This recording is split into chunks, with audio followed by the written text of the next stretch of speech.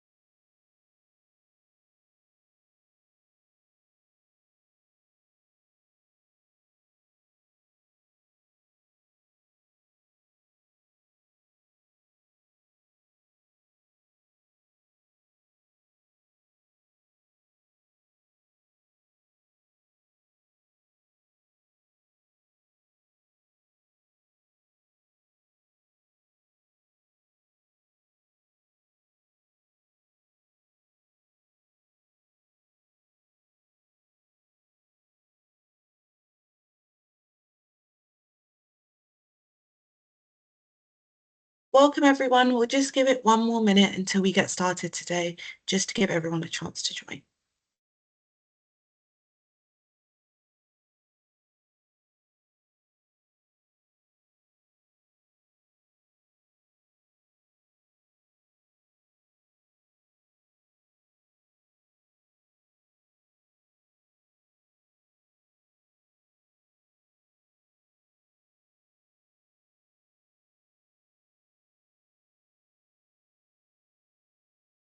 Maybe in the interest of time, we'll get started. That good by you, panelists? Okay. So welcome everyone to our panel discussion of HNPW today, and I think we're one of the first ones on security, which is titled From Personal Profiles to Risk Management Measures, Operationalizing a Person-Centered Approach in Security Risk Management. I'm Aina, and I'll be moderating our discussion today alongside our excellent panelists here who I'll introduce in a minute. Just to set the scene for the panel, our personnel are at the forefront of providing life-saving assistance and protection to vulnerable populations in some of the world's most challenging and diverse environments. Maximizing the security of our workforce enables our colleagues to carry out their life-saving work effectively. It's essential for the delivery of our various mandates. The targeting of individuals based on identity is a manifestation of discrimination and prejudice. Whether motivated by factors such as race, ethnicity, religion, gender, sexual orientation, or tribal affiliation, such targeted violence not only inflicts harm on our individual personnel, but also undermines the very fabric of society. Adopting a person-centered approach, which we'll be discussing today, what it looks like and how we can adopt it, to security risk management is not only essential, but increasingly urgent. At the heart of a person-centered approach to security risk management lies the recognition of diverse personal profiles and the nuanced context-specific risks they face. Today, we'll be looking at how security risk management can be holistic and integrate these diverse characteristics, ensuring that considerations are made for the various personal profiles of our colleagues. Today's panel, as you can see, brings together experts and practitioners from diverse fields to explore how we operationalize a person-centered approach, looking at the principles, challenges, and best practices associated with adopting a person-centered approach to security risk management. As you can just see, we have a Q&A session with the panelists after the panel and a Q&A function for today's panel, in which we hope we'll be able to respond to your questions that you have after the first section of the panel. The panel discussion will last approximately 1 hour, and then we'll have approximately 20 minutes for Q&A from you.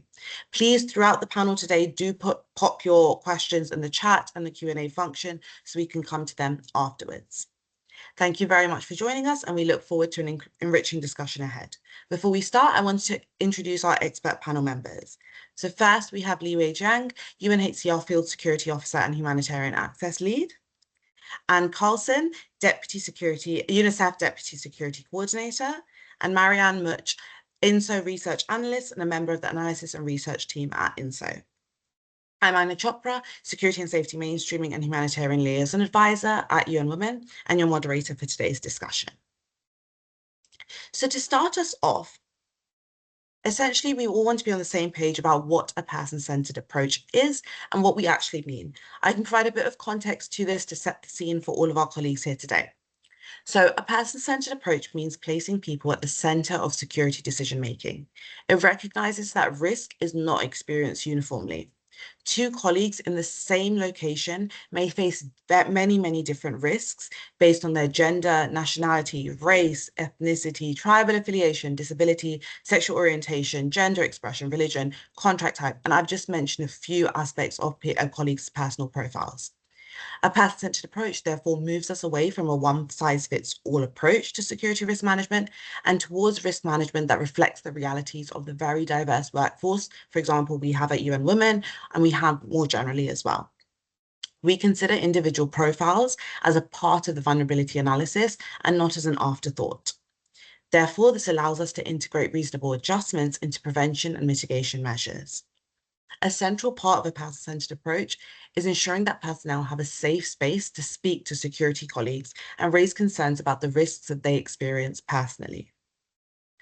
And kind of bringing it back to the UN Women context and why it's so important for us, is that our workforce at UN Women is 75% women.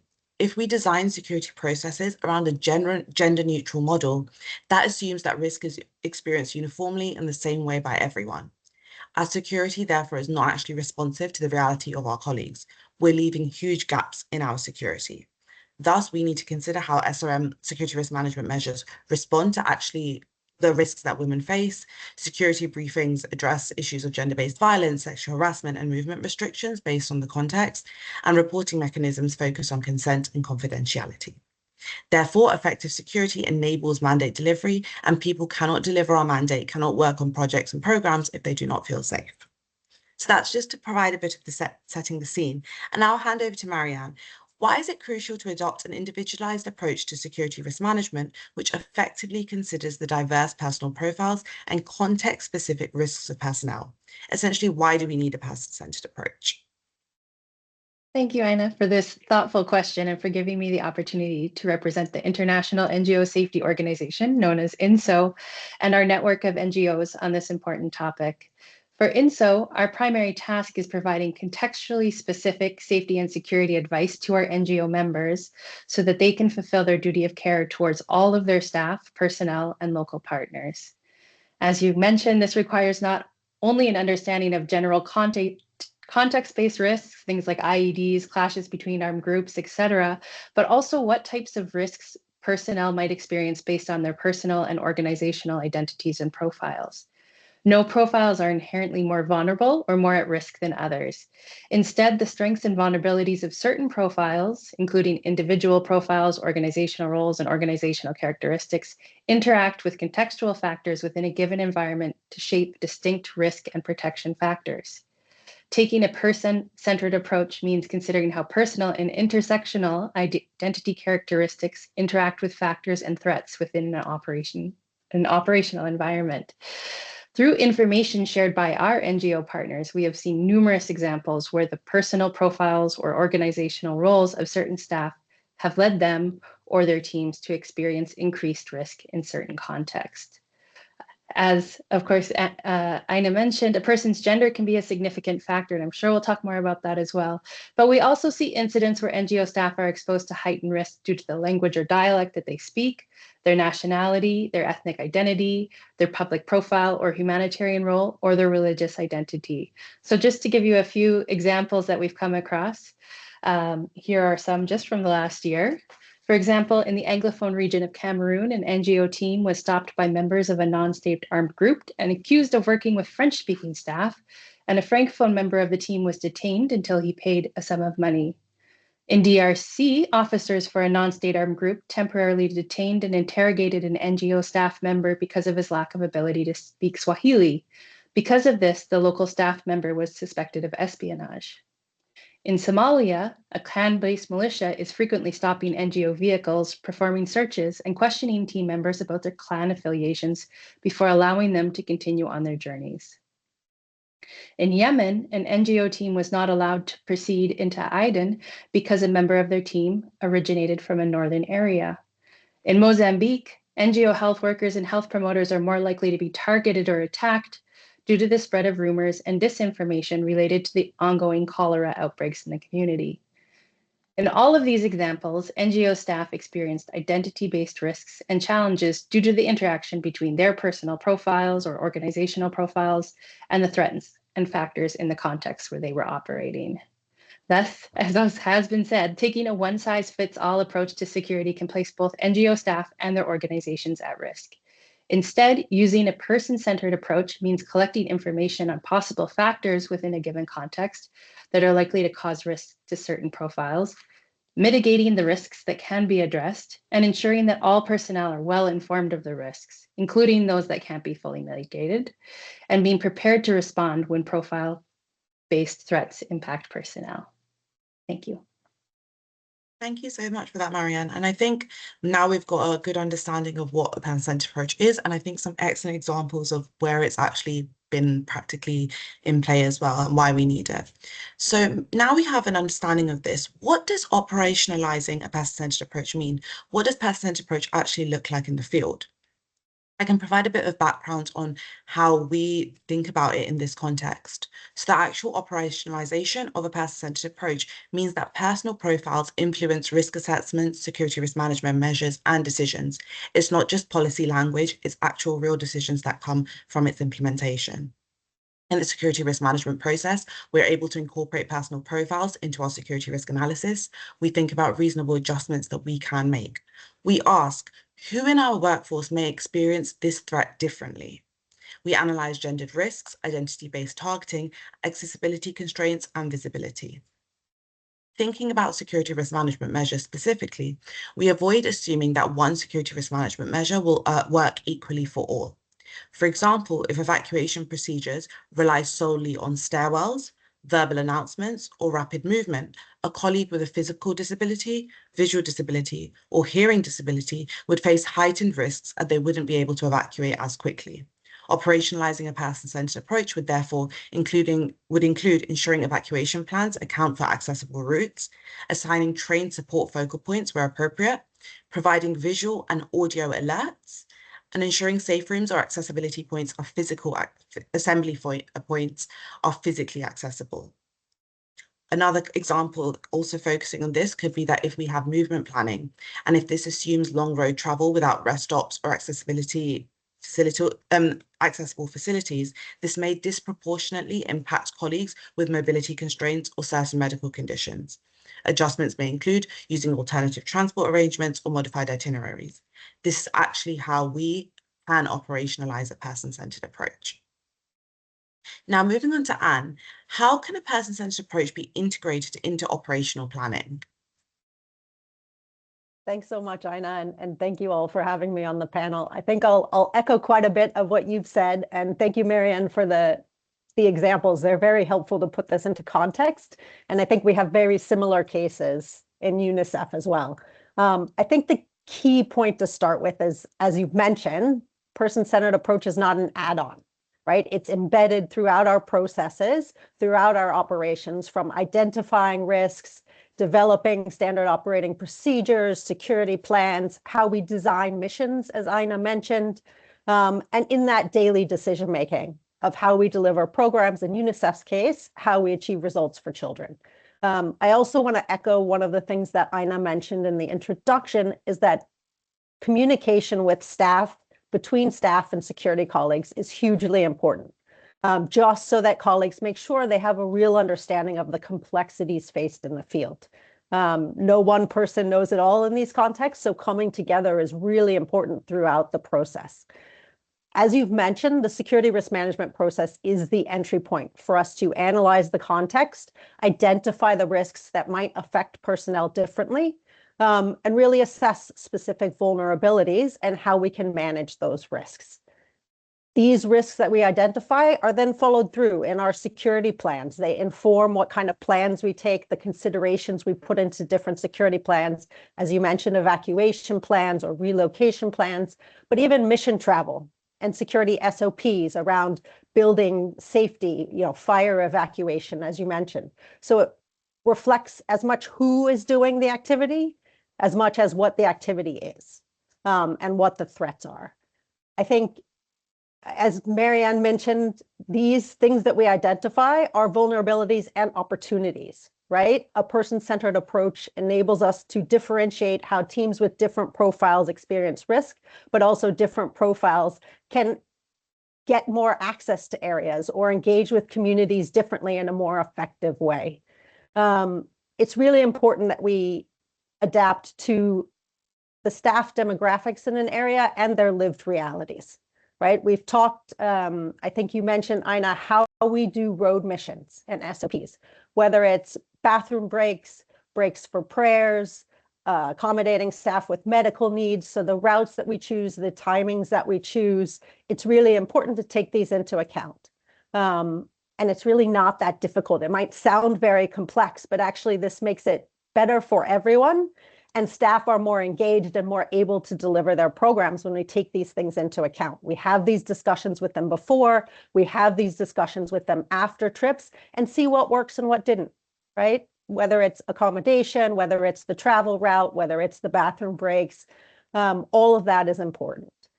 I think another example that we talk about is low profile versus high profile missions, right? Some staff profiles, you can blend into the community. It enables you to access some, sensitive areas where other profiles might not be able to access because of language or clan or religious affiliation. So how we find ways to reach those in need.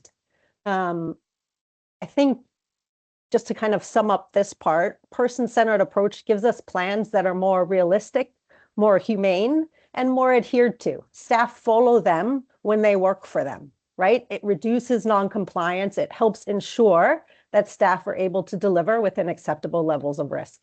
And secondly, it really enhances trust in the security function, showing this two-way communication that we really are trying to enable staff and understanding that staff have different needs in these contexts. Thank you. Thank you so much for that, Anne. And I think something that really resonated with me is who is doing it and what is being done. I think thinking about both those things, because often we just think about what is being done, not the actual person who's going to do it. So I think that's very important, especially in the context of mission planning, so on. So moving on to how we bring this into practice in our teams. Marianne, what is the role of security officers and decision makers in ensuring a person-centered approach at the field level? Sure, thank you. I think as we've already seen, as we've been discussing, security officers and decision makers have a key role to play in integrating a person-centered approach, but the qualifier is that they shouldn't be doing this alone. And as Anne has said, really having a diversity of inputs and different perspectives feeding into those decisions is really key for ensuring a person-centered approach. So the first step for security officers and decision makers is to really increase their awareness regarding profile-based risks, particularly those risks that they don't personally experience. Perception bias is a critical concern, especially in organizations where there's a relative lack of diversity among security officers and decision makers.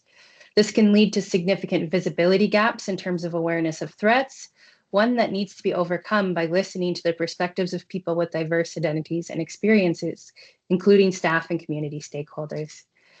A key area among the many that will be discussed in this panel to integrate PCA is in the security risk assessment process. One way to make that process more inclusive could be to carry out this assessment as a conversation or series of conversations with affected staff. However, whatever risk assessment process is right for your organization, it's key to prioritize the involvement and contribution of people with diverse perspectives and experiences in those discussions. Within this assessment, ensure that the questions about profile-specific risks are regularly included and discussed. Take time to go through all the profiles relevant to a specific context, following a list if necessary or an aide-memoire to make sure that they're raised. Of course, during this process, it's really important not to single out certain individuals based on their profile, but instead focus more generally on what potential risks could be for certain general profiles in the context being addressed. When threats to a specific profile are identified, ask questions to clarify what specific circumstances or situations are likely to lead to these risks.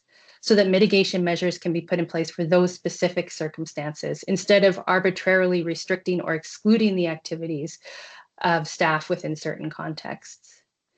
Within these discussions, security staff and decision makers should endeavor to base the assessments on evidence and previous incidents, not make hypothetical assessments of risk. Based on the assessed risk, then security staff and decision makers should determine what mitigation measures can be put in place to reduce the level of risk. The focus of mitigation measures should be on mitigation and accommodation, such as providing, for example, safe transportation for staff or making flexible working arrangements, rather than excluding certain profiles or restricting staff from certain activities. It's really important, as Anne has mentioned, to avoid putting in place rules or policies that seem arbitrary or needlessly restrictive, particularly if these policies are just based on assumptions of risk rather than solid evidence. Policies that seem arbitrary or disproportionate to the risk are likely to be ignored and could lead to unjust treatment or inequality. Instead, discuss possible mitigation measures with staff so they're well understood and more readily accepted. And then identity-based risks should be integrated into security guidance and shared, again, with all staff, not just the staff that fit the particular profile that we know of. This can include welcome notes, country security plans, and security briefings. Proactively including these risks in security guidance ensures that all staff are able to make informed decisions based on their individual profiles and are operating with an informed assumption of risk. Ensuring that everyone has access to the same information can help to ensure that staff who do not wish to disclose personal profile concerns can still have access to information that can help them to make good decisions. Thank you.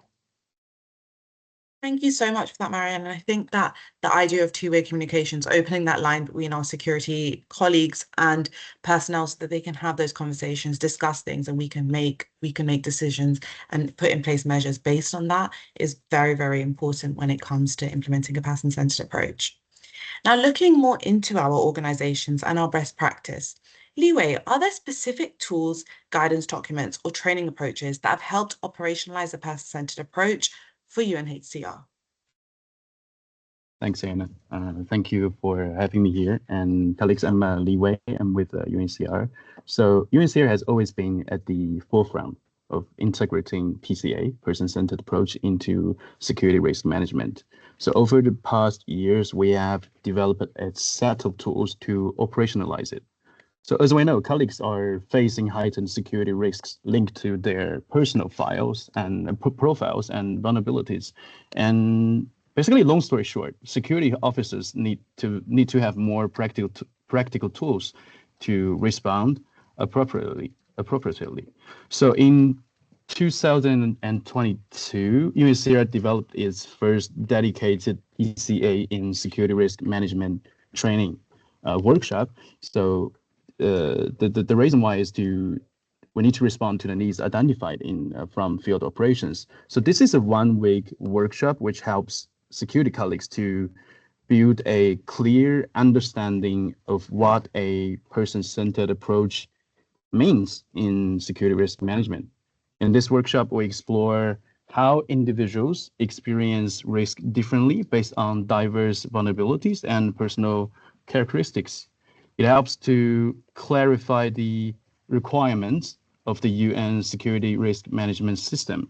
And most importantly, together with the colleagues in the field, we translate these system level requirements into our daily practical actions. So the emphasis is not only on policy or guidance compliance, but more on operational behavior change.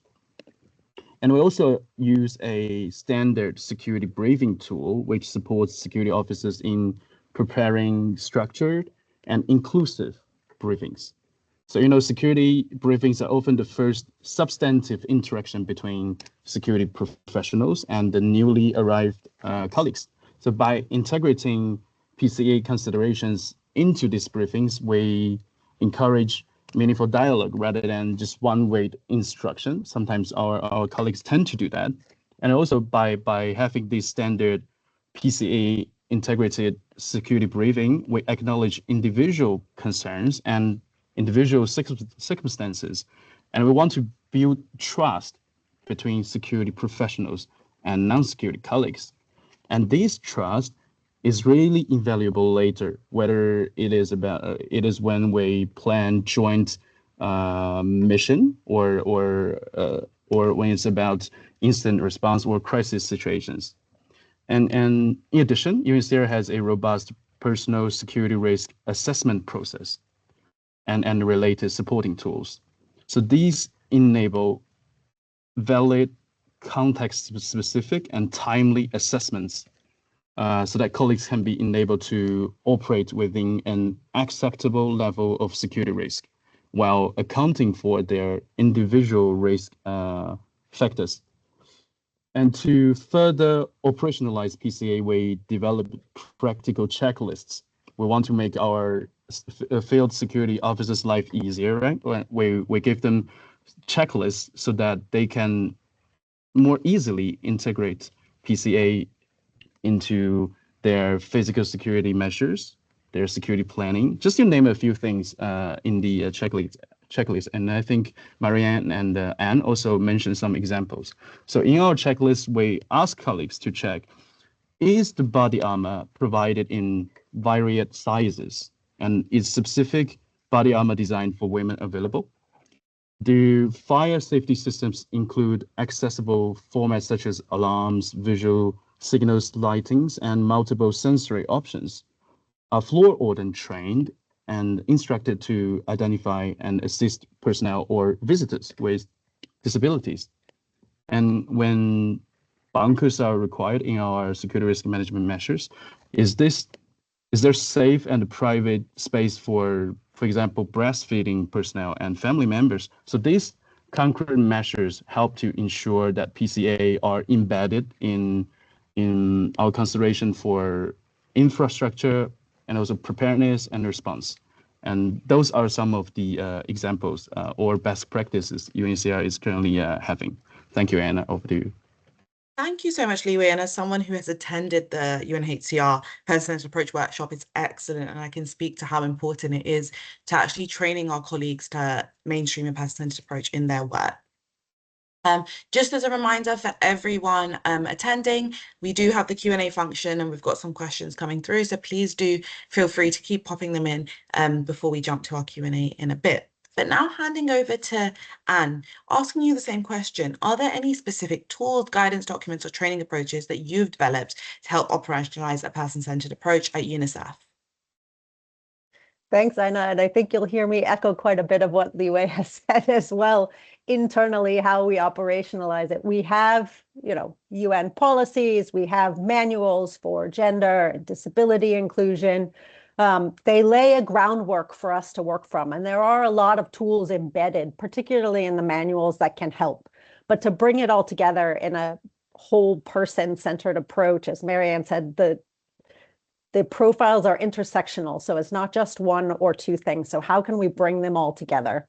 Operationally, as with HCR, we use quite a few checklists, right? So whether it's the security risk assessment checklist, which embeds questions for different steps in the context. Have you asked about that? Is there data on this, right? Is there data on gender-based violence? Are there threats related to clan affiliation, right? Do local personnel experience the context differently than international personnel? So we've tried to embed all of the different aspects that may come up into this checklist in understanding the context, in identifying the specific threats and the vulnerabilities to consider, and also highlighting some examples of how things have been managed in other duty stations, which may or may not work depending upon the local context.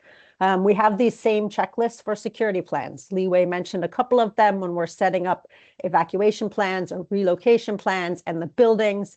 Do they deal with issues such as pregnant women and children, right? Can we accommodate staff with disabilities, staff with maybe more high visibility profiles because of language or nationality or affiliation? And then also gender specific threats, including LGBTQ concerns that may come up.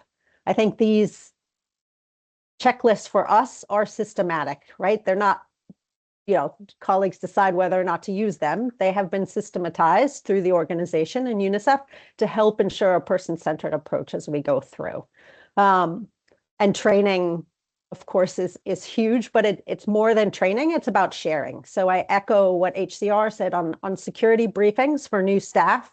And as Marian mentioned, going through all of the different profiles that have been assessed or concerns in an area so that a new staff member may or may not disclose anything, but they have access to all the information, not just for themselves, but for their colleagues and their team members, right? They're aware of different profiles and they maybe understand the context a little bit different and what that might mean for them and the things that they are specifically trying to achieve with their projects in a certain area. We do have SRM, security risk assessment workshops for our security colleagues, again, reiterating these checklists, the kind of points that come through to really build a culture around the discussion. We found that in security colleagues and with decision makers, that peer-to-peer learning is more effective than a specific training session. So highlighting good examples, highlighting where it's been done well, but also highlighting where things didn't work, right? Issues around not applying a person-centered approach, what has happened, issues around trust with colleagues, how we can rebuild trust. So really just having some open discussions amongst peers as to what works, what doesn't work. Because often people are a little concerned. We start talking about different profiles. We already have very complex contexts that we're trying to deliver in. It just seems like too much. When you start having these discussions, we understand that actually in the end, this is a more effective way to support staff and enable programs. So that peer-to-peer exchange is really, really important. And panels like this help as well. Thanks, Aina. Back to you. Thank you so much, Anna. And I think a word that seems to have come up a lot is trust. So building that trust with our colleagues, focusing on having that relationship where they can share things is central to a person-centered approach. And kind of based on that, Marianne, what role can security play in creating or facilitating an enabling environment for a person-centered approach? Thank you. This is a great question. Once again, we see that security teams are very important to this. This is a common theme, but they have a key role in creating and facilitating an enabling environment for PCA. And this is directly related to the posture and the attitude of security staff.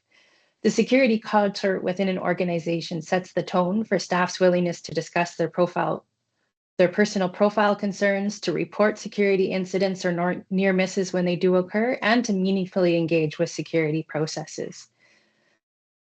Behaviors like diminishing the importance of profile-based risks, avoiding or stigmatizing certain topics, victim blaming, or questioning or doubting the victim's perception of events can create environments where staff do not feel comfortable to approach security staff with their concerns or to report incidents. If staff don't raise concerns or report incidents to security teams, information gaps will continue to exist, meaning that these risks will continue to remain unaddressed. If risks remain organizationally unacknowledged, the burden is then placed on individual staff to independently discover and manage these risks and deal with the repercussion of incidents when they do occur. This can in turn cause certain staff members to shoulder a higher degree of stress in their day-to-day work, increasing the likelihood of burnout or making them decide to withdraw completely from operations. Organizational culture has been shown to have a significant impact on the security and safety of staff within an organization.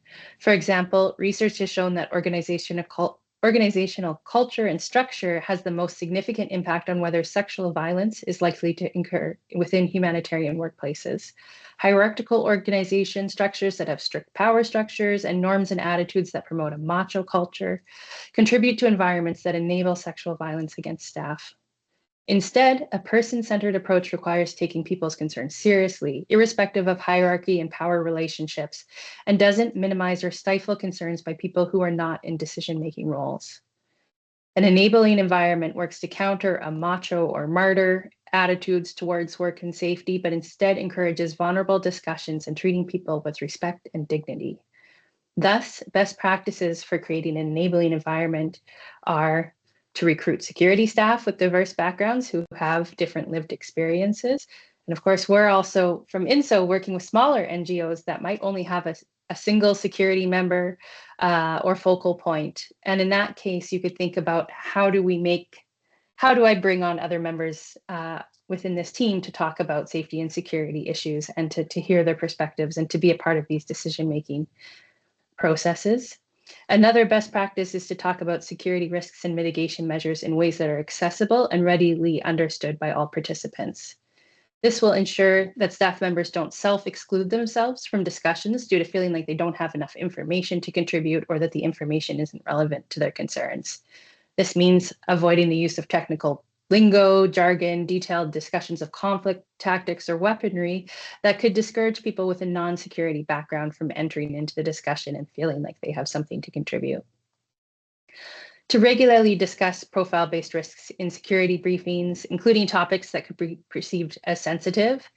And I know sometimes we've seen that staff don't feel comfortable asking certain questions. They're not sure how it's be received. They're not sure that they're going to use the right words. But we find that, you know, these topics need to be brought up. They need to be talked about. And in fact, people are often much more willing to share if you can show that there's interest and that their feedback will be appreciated. One good practice, if people seem very hesitant to share or talk about risks, is to just always try to depersonalize the discussion. So instead of asking, has anyone, you know, experienced any profile-based risks, you can ask if they've ever heard of anyone experiencing something, or ask about risks to family members or their friends might face in this particular area. So instead of, you know, asking what they've experienced, you could say, you know, would you let your daughter ride in a shared taxi in this area? Why or why not? And then you sort of depersonalize it and you make them think, as an outsider looking in, what is their perception of risks, without talking about their own personal risks.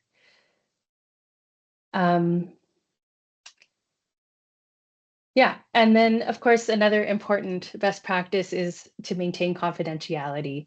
Handling concerns, reports in a confidential matter and respecting the dignity of individuals is also of key importance, as it creates an environment where staff will feel safe to raise issues. And it's a very basic point, but it continues to be extremely important as we're thinking about discussing these concerns. Thank you. Thank you so much. And I think that trust, confidentiality, creating that safe space for colleagues is central to actually implementing an effective person-centered approach. And it's great to hear what you've all been doing in your organizations to do that. Now, whilst most organizations are working on fully mainstreaming a person-centered approach, and what do you think are the gaps in how we currently apply a person-centered approach? I know we're trying to do a lot and we've got best practices, but what gaps have you noticed or things you think we can improve on? Thanks, I know this is a good question, and I think I'll echo many of Marianne's comments, but in the other way, right? Best practices aren't done everywhere. I think there are a couple of things. One, there is that misconception that person-centered approach means women, right? So sometimes people even just see it through the gender lens. So they're seeing person-centered approach too narrowly and not able to expand the lens to include all of the factors that we spoke of, maybe age, health status, nationality, religion, orientation, visibility. There's so many factors. I think there's also that perception that if, as a security professional, if staff don't tell me, I can't help them, right? So there's sometimes a lack of curiosity out there. So we really encourage our colleagues, especially in UNICEF, we have expertise in the program side on gender, on disability, many colleagues working with local populations. What are the issues that they face in these areas? So there's ways to find this information, whether or not staff individually feel comfortable disclosing some of the issues that they face.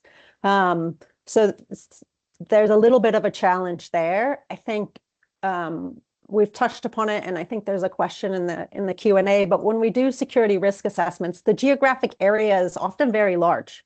The number of staff working in that area is very large. So it's hard to map that larger lens with individual profiles. So it can be a little bit tricky to figure out, how can I do this effectively without overcomplicating it or making it too complex?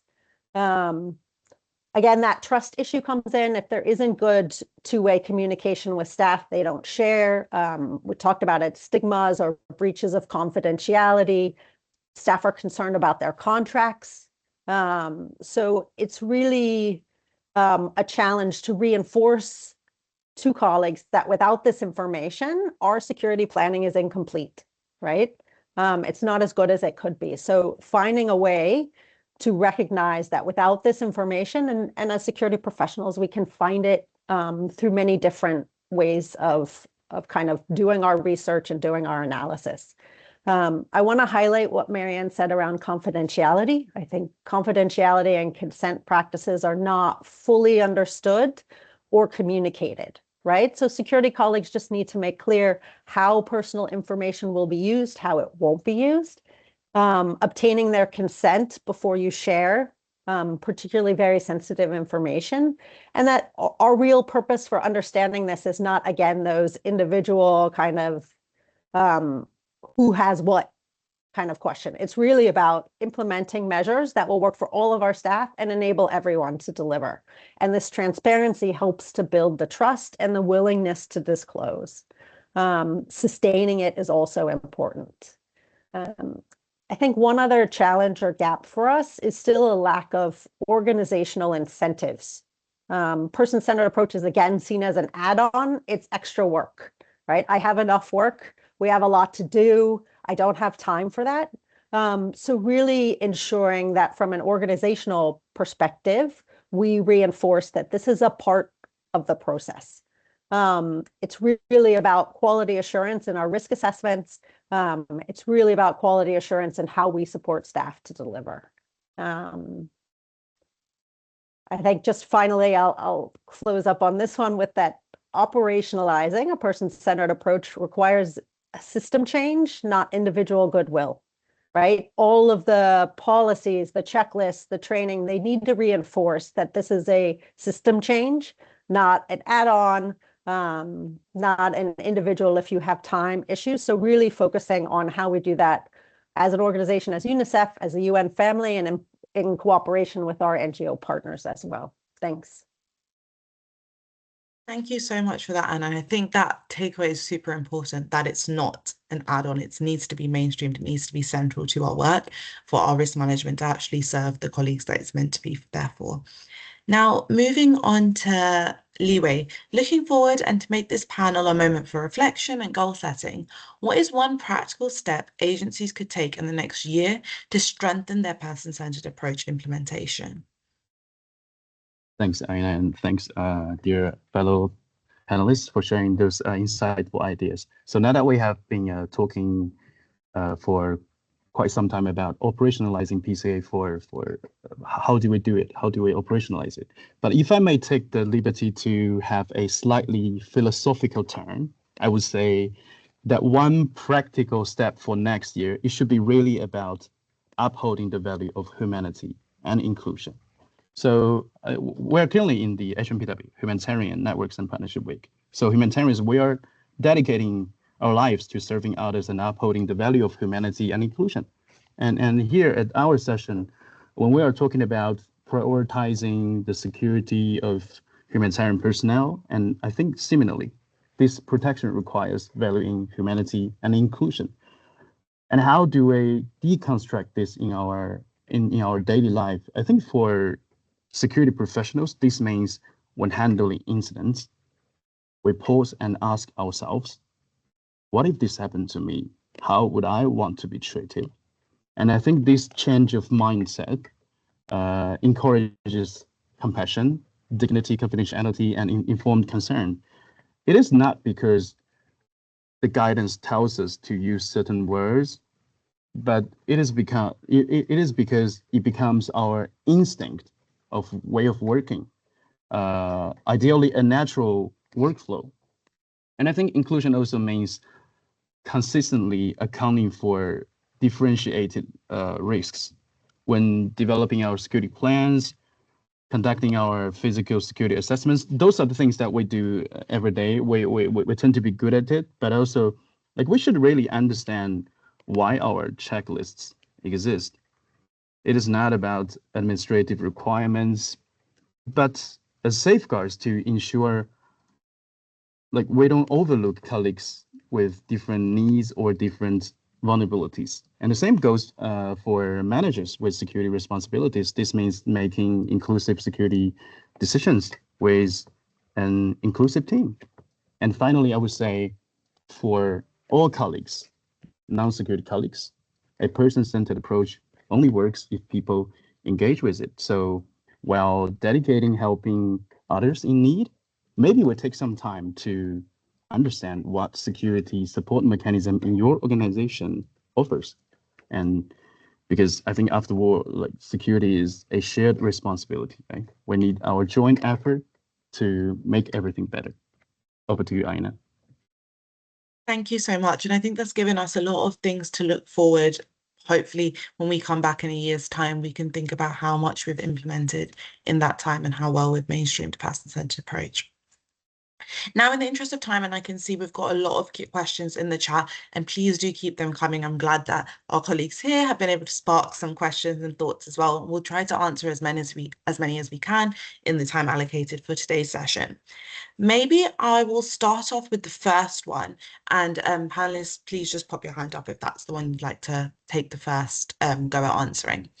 Based on your lessons learned across different contexts, what do you find most impactful for creating a safe space where colleagues feel comfortable raising concerns with the security team?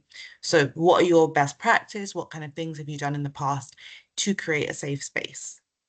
Any thoughts from panelists?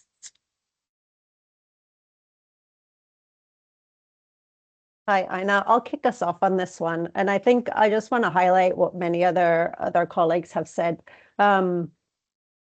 One, if security personnel avoid sensitive subjects, and Marianne mentioned it, right? Colleagues are afraid they might use the wrong language, or they might step into something that might insult someone, right? By being upfront, and that new staff security briefing kind of sets the tone. You address these issues, you do it in a friendly way. I might have some of this nuance wrong, start it off as a two-way communication. I think that's important. I think, and again, Marianne, I'm just using your examples, but avoiding the technical jargon. And as Li Wei said, how would you want to be treated for the security person to think about when you engage with staff members on these discussions? It's not easy. I think sometimes the other thing that I have found that works is that as the security professional, I'm not the one that the individual comes to. They come through someone else. That's fine, right? I'm happy to work through that method, right? Sometimes team managers will come to me with concerns from their team. That's very valid, right? The importance is that we get these issues from a risk perspective assessed, and we see what we can do to help staff still continue to deliver or identify some of the opportunities that these issues create. I'll pause there and hand over to my colleagues to add. Li Wei, Marianne, anything to? I just want to add. Thanks. Just want to add a bit to this. I think again the keyword would be trust, right? When Anne said when security colleagues are doing security briefings, that's an excellent opportunity for us to let colleagues know what we do as security professionals and how can we be of support to them. And I think the other thing would be raising awareness through different, I would say, categories of colleagues. And everyone should know about the importance of a PCA. It should be known by security professionals so that we can better implement our security measures, right? And it should be known by our non-security colleagues so that we understand that security colleagues, they have something for us, right? And it's my right to ask questions. There are some mechanisms there so that we know there are solutions. Sometimes might not be perfect, but at least you have a colleague you can talk to, right? They can offer their expertise to you. And also for managers, raising awareness about PCA and also like creating a really inclusive environment. And those things all encompassing can help to create a safe space, mechanism-wise, process-wise, and also I think this adds up to more than just the system. It adds up to the human factor when we are reacting, when we are responding to the request related to your personal needs, personal security needs. So again, it's an effort for all. And if we know a bit more better, and I think this will really help to create a safe space for all colleagues. Thanks. Over. Thank you so much, Li Wei. Panelists? I'll Two short points. The first is just reiterating the diversity of teams can be really helpful for creating that safe space. If you have a small team, then also thinking about having different security focal points that different people might feel comfortable talking to and approaching with questions. And then also just always telling people that your door is open and that you're available for one-on-one conversations and questions. So if they have concerns that they don't feel comfortable discussing in front of the whole team within security briefings, to just signal that you're available and open for further discussions, you know, if they have anything that they wish to discuss that they don't want to talk about in front of everyone. Thanks. Thank you so much. And I think emphasizing the diversity of teams is very, very important. If we have a diverse team, people might want to speak with people that they can relate to or that are not, they don't relate to, and it's like an external voice. So it's having that option and having a range of people. And as you said, even if it's a small team, having security focal points, they can go talk to and maintaining that confidentiality and consent. Thank you very much, panelists. I'm going to hop on to the next question, which is, how do you handle sensitivities around disclosure of personal vulnerabilities within a team for a specific mission? So everyone in the team understands why things are being done in a certain way, and perhaps why things are being done in a different way from the normal. So how would you discuss that and handle the sensitivities around that?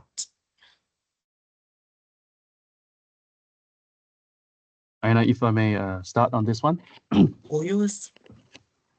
I think ideally, like our measures should be planned before the mission, so that we can avoid this like ineffective and awkward moment of handling like specific needs while we are in the mission.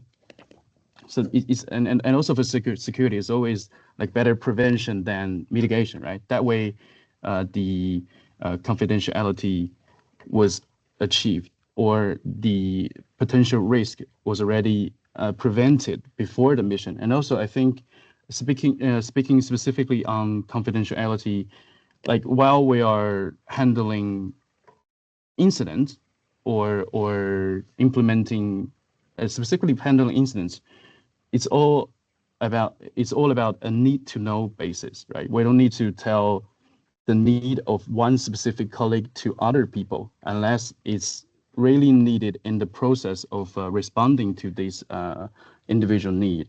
And also, I want to share with colleagues, the concerned person has the power of deciding what they would want. So without their explicit expressed consent, we cannot do anything for them. So it's like the knowing more about this power dynamic, right? It's not so. I want colleagues to know that the affected person has this power within themselves, and once we understand that, I think it's more safer, at least mentally, to engage with colleagues and invite more help to this specific needs. Over. Thank you so much, Li Wei. Marianne, and any thoughts on this? Maybe handing over to Anne.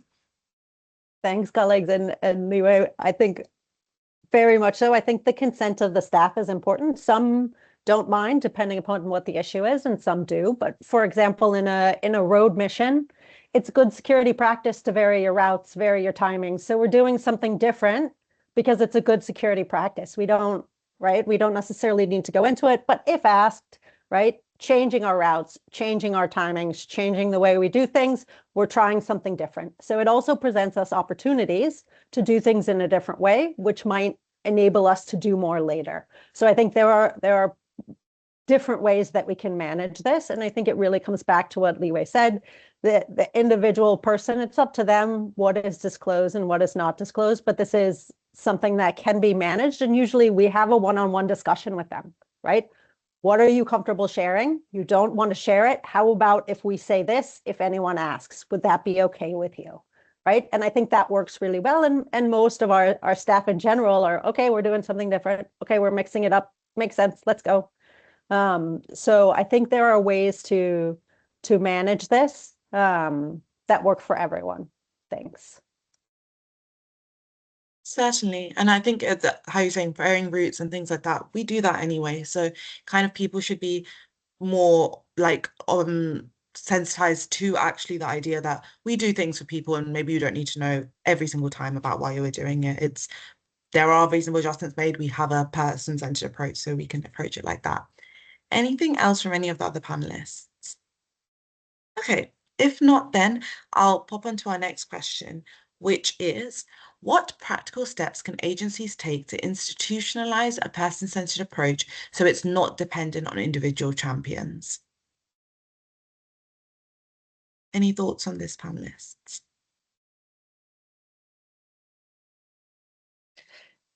I can jump in with a few thoughts, and then I'm sure that there will be other things. And it's really just following up on a little bit what Levi and Anne were talking about, just integrating all of these questions and ideas into organizational guidelines, checklists, and processes.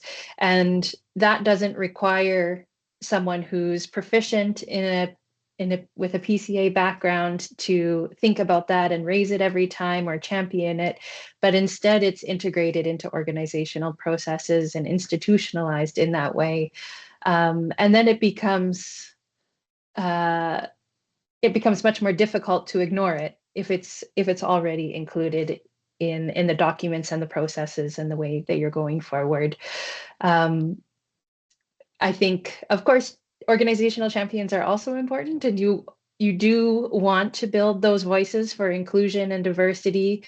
I mean, I hate to say it, but at the highest levels, that's often where it is the most effective to really change organizational cultures and push forward those change practices. But even people from different departments working together to say, how can we reimagine how we work on this? How can our systems coordinate and work with one another to ensure that this is continued and carried forward?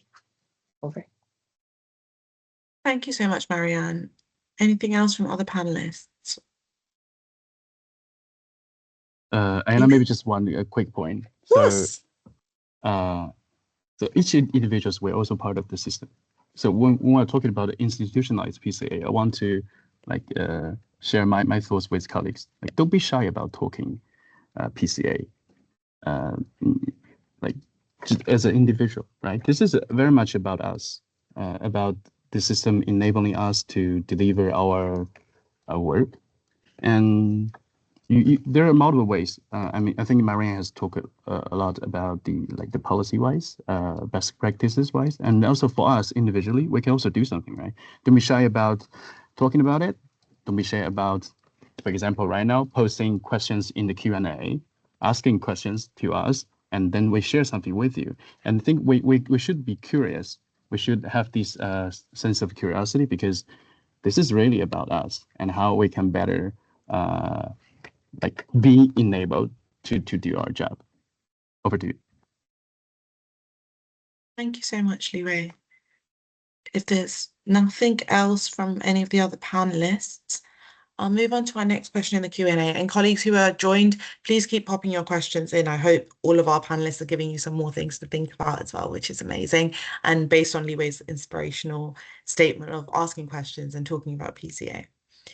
Our next question is, given the current funding pressures and reduced security capacity across many organizations, how might this affect ongoing progress on person-centered approach and inclusive security within the sector? So responding directly to the current fiscal pressures that we're all facing. Any thoughts? Ina, if I could jump in and just generally thank you, colleagues. These are fantastic questions.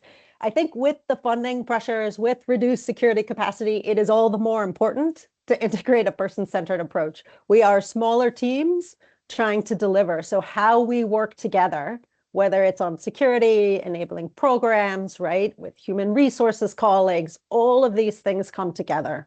And I think just reinforcing from an organizational perspective, as Marianne and Li Wei mentioned, that approach, right? Making it more systematic, highlighting best practices, highlighting what peers are doing that are good practices in PCA so that others see it and learn from it. I think It's not easy, but I think this makes it even more important, but it really gives us an opportunity to refocus on that engagement with staff, asking those questions, as Li Wei said.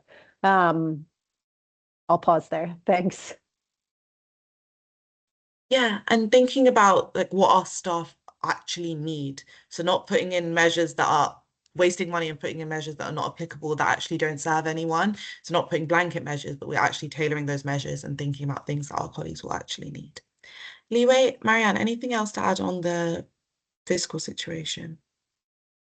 Yeah. Thanks, Aina. I think this poses severe challenges to us all, right? We all understand this. But I like what Marianne Ann said before. Vulnerabilities can also be opportunities, right? We can be innovative about thinking how do we like deliver, for example, our training in another format, which requires less funding.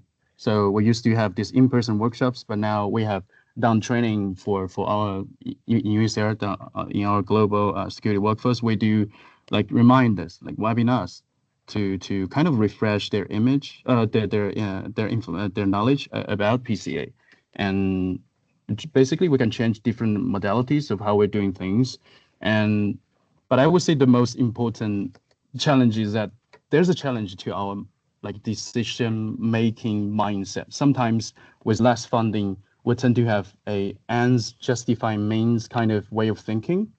So because this needs money, so we don't need it. But really, we should really do things like according to the requirement of our policy, right?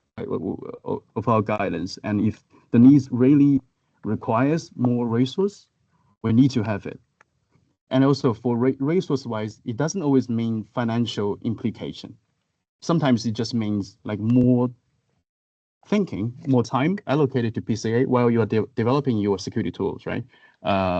Maybe more discussion internally of how can we be innovative. So I think in general, it gives us great challenges, but we can be innovative. We can see this as an opportunity, but we need to really avoid ends justify means. We can't just give up things because we don't have money. At least we need to do something alternatively to kind of cope to the current situation. Over to you, Aina. Thank you. And I think kind of building on what you said is the fact that if we don't have these measures in place, it's more expensive afterwards to manage these incidents. So having these correct measures that include a person-centered approach at the start means that afterwards we don't have to, like, our personnel are safe and secure, which is the most important part, but then we also don't need to spend money and time trying to do things like post facto instead of thinking about them earlier. Anything else on this from our colleagues? Yeah, I'll just add a little bit because I'm again thinking about from our NGO partners what they're dealing with, and of course with funding cuts, you see choices made about what programs are considered important and what sort of resources are considered important. And so you have a lot of NGOs that have decided to cut back on their security budgets or their security personnel from probably something that was insufficient to begin with. And it's a real challenge. I would say in terms of thinking about PCA, it's really about better information sharing and coordination between organizations, sharing experiences, sharing incidents, sharing what partners are learning in the field so that one security manager isn't expected to do this all and understand all of this on their own, but that they have strong informed knowledge about what's going on based on what other organizations are experiencing and seeing. And that's where coordination and information sharing can really help with addressing the ongoing funding pressures. Thanks. Agreed. And I hope forums like this, kind of building on what you're saying, forums like this provide that kind of knowledge sharing, and it means that we can all share our best practices and work together in that context as well. Thank you very much. Our next question, I'm going to assume, comes from a colleague in Uganda who states that in Uganda and other contexts, LGBTQI+ persons is a sensitive legal and cultural question, and coupled with the issue of confidentiality, how would you approach this with the lens of a person-centered approach? So when it comes to addressing personal profiles in the context of LGBTQI personnel. Any thoughts?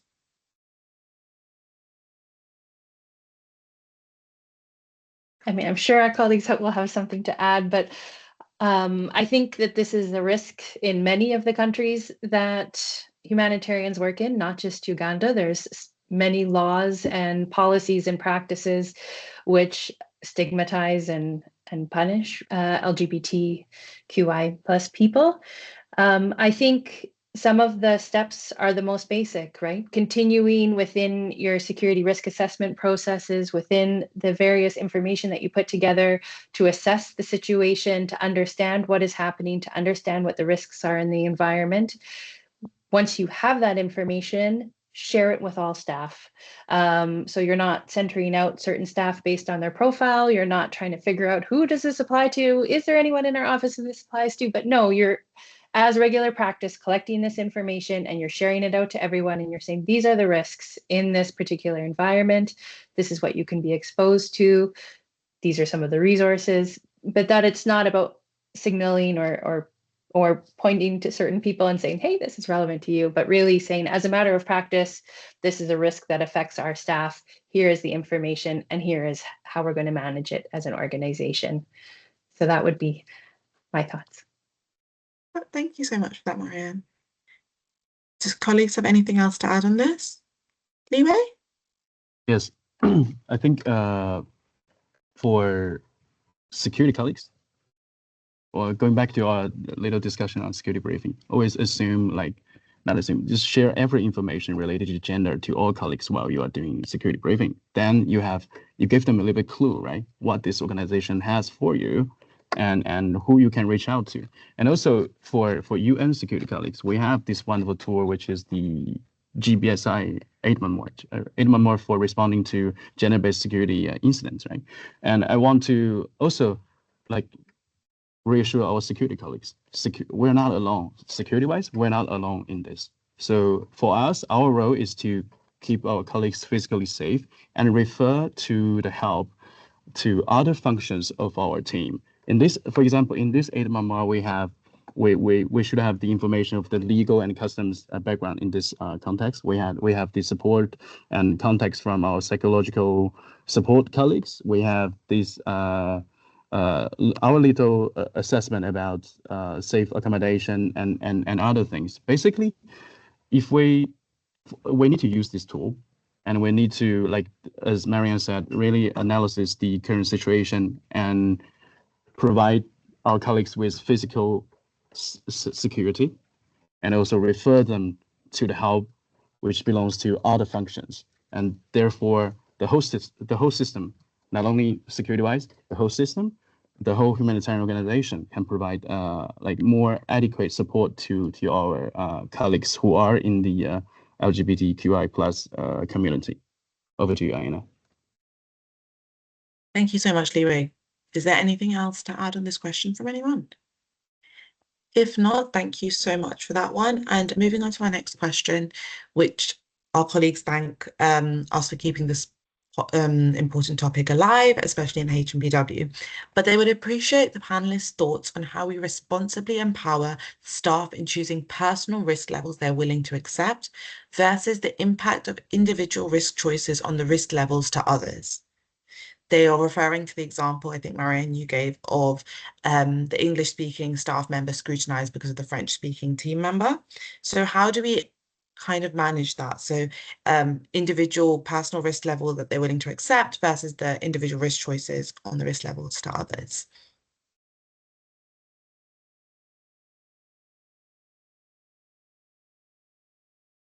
Thoughts on that, colleagues?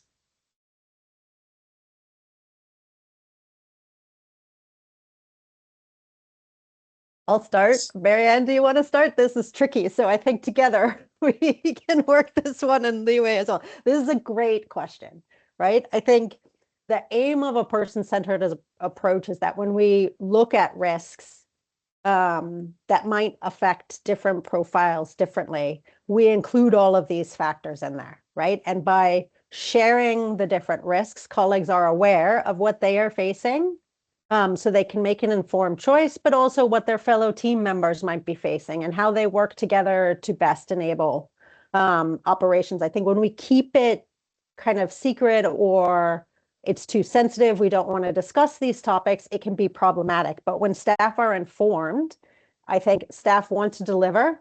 They want to deliver safely with their team. So making sure that they understand, here are the risks, here are how we're managing them, and this is what we're doing about them. So ensuring that staff are aware that there is that two-way communication, and this just becomes how we're doing business to enable us to do our program activities, and removing some of the stigma or sensitivity. So finding ways to have those discussions and making information as transparent as possible. I'll pause and hand over to Marianne for everything that I missed. No, I think you did a really great job. It is a very tricky question, and it comes down, a little bit is about questions of, uncomfortable questions about, do we make choices that could be perceived as discriminatory, for example, about who is part of a team and who travels, and how do we make that choice while also really prioritizing diversity and inclusiveness? And, with this situation in Cameroon, you can see that there's a lot of sensitivity around, because it's an Anglophone, Francophone conflict about the language that people speak. People speaking certain languages then lead to people believing that you're allied with a different conflict actor, and it increases suspicion. So you might think about that during the recruitment process, for example, about who you're hiring to be part of the team. But then, for every staff member that's part of that traveling team, it does come down to informed consent. I think that that's a really important piece of this, and we've talked about it. But making sure that people are aware of the risks and what are the risks of certain profiles in certain areas, what mitigation members have been taken by the team. For example, you could decide like only the driver should speak in this situation. You could send Francophone staff if they don't have a strong Francophone accent, for example.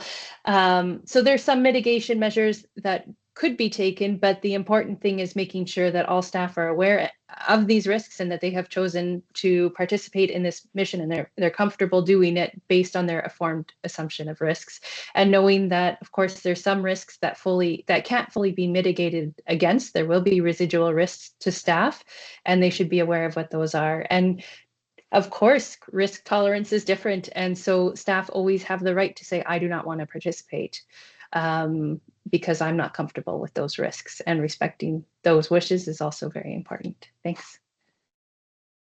Thank you so much. And I think something that probably encompasses this is open and honest communication. So we're always speaking to our colleagues with what we can tell them, obviously keeping in mind consent and confidentiality as well, but having that open line so they can come talk to security colleagues as well.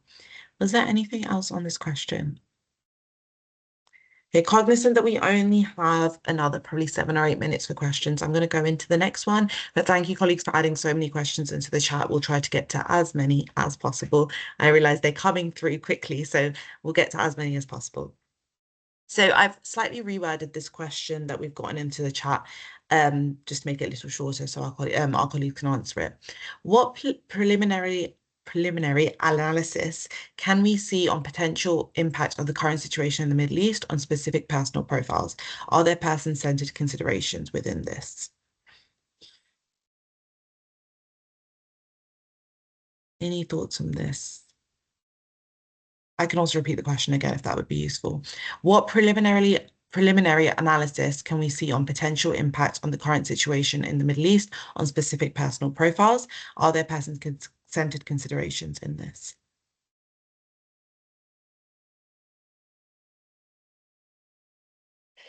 I can go first. It's not going to be a completely full answer. I don't think I have had time to think too closely about this issue yet, but I will say, as INSO, we've issued some preliminary advice, and we're thinking about NGOs in the region. I think generally we're thinking about how NGOs might be affected by conflict actors who are aligning with one side or another, and see some regional spillover of the escalating tensions in the Middle East. So I think this is all going to be very context specific, and you're going to want to look at where your operations are and who the active conflict actors are in that neighborhood. Looking at what the rhetoric is and seeing, you know, are statements being made against the West? Are statements being made against people with a Shia background? Are these statements being made about international actors or Western actors in the area? And really just monitoring some of that sentiment to see if certain types of profiles are being highlighted. I mean, I think at this point, we're analyzing and thinking more about collateral risk, which wouldn't be targeted based on profile-based factors. But I think keeping and paying attention to communiques by different conflict actors in the area that you're working with and seeing what sort of profiles are highlighted or discussed can start to give you an indication of where the sensitivities may be. Happy to hand it over to Anne and Liwei if they have that. Thank you so much, Marianne. I can just give us... Go ahead, and you go Ina. first. Okay, I'll just quick something that we've done at UN Women is the impact of potential radiation on colleagues who are pregnant. So we've put out specific advisories for that. If that was the case, then they've got steps they can take. There's medication they can take before and after. So thinking about the differentiated impacts, as you said, Marianne, with even if it's collateral risk, it's still the differentiated impacts it can have on our colleagues, for example, colleagues who might be pregnant. But Anne, handing over to you. Thanks, Ina. And I think I just want to echo what Marianne said, that we haven't done the analysis yet. There are things that we're watching out for, right? But we do have our current organizational profiles. In many of these countries, we have an excellent person-centered approach already. So what are those specific profiles? What are things to watch for in your specific context? Is it rhetoric around gender? Is it rhetoric around nationality? Is it rhetoric around the organizational profile, right? So there are things that we're watching now to see what changes, but we have a solid base to build on. So first, what is our base? So take a look at the analysis that exists, and what are the things as this conflict evolves that we can watch out for as triggers that this is changing, right? And then we can provide some updated analysis and recommendations to our colleagues. I think there's a lot of steps that we've learned from previous cases of advice to put out now and things to watch for now. So building upon what exists is really important as everything evolves so rapidly. Thanks. Thank you so much. Any thoughts from any other panelists? It just very quickly, I want to echo his Anne's statement. It's like I personally haven't quite like done the analysis for what recently happened in the Middle East, but as Anne said, again, as an organization, we have a already established system, person-centered wise, in every operations, right? So we have those tools ready, and we don't need to we accommodate what's evolving in certain contexts. But again, we have these universal guidance, which is applicable to all situations. And if a crisis requires, we make some changes. But again, this is really about, it's not about what's happening right now. It's about our daily work before these circumstances, and that we evolve if we need to. Over to you, Aina. Exactly. If we've got the groundwork in place and if we've mainstreamed a person-centered approach already, it means that we know how to respond to crises when they happen. The next question, and probably our last question for the panelists, is how can organizations effectively translate individualized personal risk profiles into practical and scalable security risk management measures while ensuring consistency, equity, and operational efficiency across diverse field contexts? I hope I said that slow enough, but I can also repeat it again. How can organizations effectively translate individualized personal risk profiles into practical and scalable security risk management measures whilst ensuring consistency, equity, and operational efficiency across diverse field contexts? Any thoughts on these, colleagues? Liwei? I feel like this is a great question and also a grand question. this is everything we have talked in this session. But just to point out several keywords, right? About PCA. So all our responses, all our word related to PCA needs to be inclusive and implementable, adapt to the local context, and effective. And how do we do it? We do it from every possible thread we have. We do it from the policy, training, processes, and also building a diverse workforce. We raise awarenesses, and everything we have just discussed will help to the implementation of PCA. Over to you, Aina. Thank you so much, Liwei. Marianne, and anything to add? I'll say a little bit before passing it over to Anne. Yeah, it's a great question, and it shows that there's so many things to think about when you're thinking about PCA, and that's all in this question. I would say the one caution I would have is that this won't be, approaches will be translatable across contexts, but not advice necessarily. And so it's really important to think through what are the profile or the person-centered risks in a particular context, because it's really the interaction between the profile and the context that leads to risk, and it can't be one context fits all as well. So, you know, suggestion, advice, or measure that you come up with in one context may be completely unreasonable or non-effective in another. And so it's really important to think through what are the very contextual circumstances in one country. And I can say, you know, just from personal experience, you know, when you're looking at the security situation in Burkina Faso and Mali, and you're tempted to think, oh, you know, they're both Sahel countries, you know, there's similar things going on. Well, you know, when you get down to it, you get down to the nitty gritty. In fact, the context is very different, and something that makes a lot of sense in one country doesn't make sense in the other. So you really need to pay attention to the context that you're working in. Thanks. Thank you so much. Anne, over to you. Thanks, colleagues. Really excellent. And I agree, as Liwei said, this is really what we've been talking about. And I want to build on what Marianne said, that contexts are different and profiles, the way that a personal profile or a group of profiles in one context, that's the risk, and it's different in different contexts. But what we can work better at is scaling the tools and approaches that work. So whether it's a checklist, as Liwei said, that kind of engaging with staff, how to build that trust and those soft skills, and understanding confidentiality and consent and how to navigate sensitive conversations. Scaling these tools and approaches help ensure that this process is more effective globally, right? It's less about specific measures that worked here, copy paste. It's really about the tools and approaches that work. Thank you.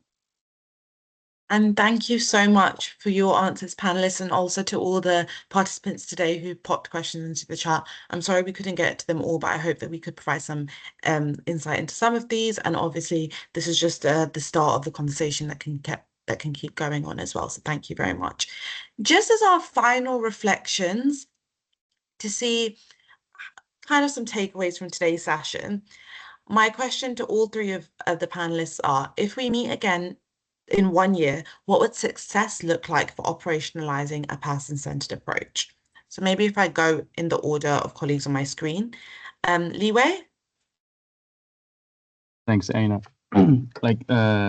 For me, success would be security professionals internalizes PCA while they're doing their daily job. Managers understands we have the tool and guidance in the system, and sometimes this requires a little bit more resources while we are operationalize PCA. And again, resources doesn't mean financial implication necessarily, right? And success would also be colleagues, all colleagues. We know about what we may experience because of our different background, and that may generate differentiated risk for individuals. And we know that there are supports ready for you in the system. And we know there are ways to reach out and to respond to those challenges. Over to you, Aina. Thank you so much for that, Liwei. Maybe I'll hand over to Marianne next. Sure, thank you. I would say as INSO, as we're a coordinating and information sharing body, I would really like to see better information sharing within security forums and among NGOs and through Saving Lives Together about when staff and teams have experienced risks based on personal and organizational profiles. And that would really help other organizations make informed decisions about how to manage and mitigate profile-based risks within certain contexts. Blinking internally as INSO, what I would love to see is that we think about and we include profile-based risks more regularly in our reporting and in the advice we give to partners. So I would love to see that too. Thanks. Thank you so much. And Anne, the same question to you. If we met again in 1 year, what would success look like for operationalizing a person-centered approach? Thanks, Ina, and thanks so much, colleagues. I think, so one thing, success, we would see it more in those core documents that we have for security, whether it's risk assessments, security plans, travel advice. Again, that we have more staff awareness. That's the aim, right? And then it comes through the myriad of security products to staff and to decision makers. There's more awareness of the various profiles and what that means in our context. I think the information sharing is crucial. Forums like this are really important. We learn from each other, right? And this kind of sharing is really effective at helping others learn from our mistakes and our successes. So information sharing is crucial.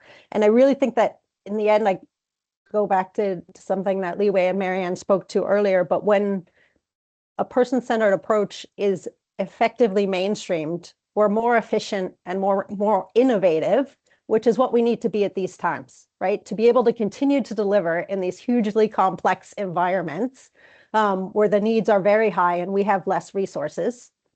We need to be innovative and we need to be efficient. So finding ways to engage with staff to better understand their needs, that information sharing, that awareness builds together to make us a more efficient and innovative security management system. Thanks. And thank you all panelists for your input today. And I'm sure attendees and myself as well, I've learned so much about how we do it and how the best practices, as well as things that we can improve on going forward. And I hope that those will be key takeaways from today's session and something we can implement in our individual organizations, but also as security colleagues generally as well.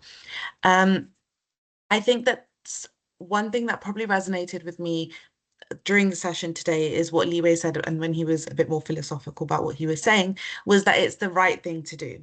We need to do right by our colleagues. We need to make sure that all our colleagues are operating at acceptable risk levels, no matter who they are, where they come from, or their personal profile and different characteristics. So I think that that's a key takeaway from today. A huge thank you to all the panelists for today, for all the attendees, for all your questions. I hope we could answer as many as we could in the time given. And this is just one of the security risk management areas of common concern events in HNPW. So please do sign up to others. I'm sure they're going to be very, very interesting discussions. And I'm hoping this panel did kickstart us well on that for HNPW. Thank you all very, very much, and wishing you a lovely rest of your day, evening, depending on where you are, and looking forward to see you at other HNPW events. Thank you. Thank you. Thank you so much, colleagues. Thank you.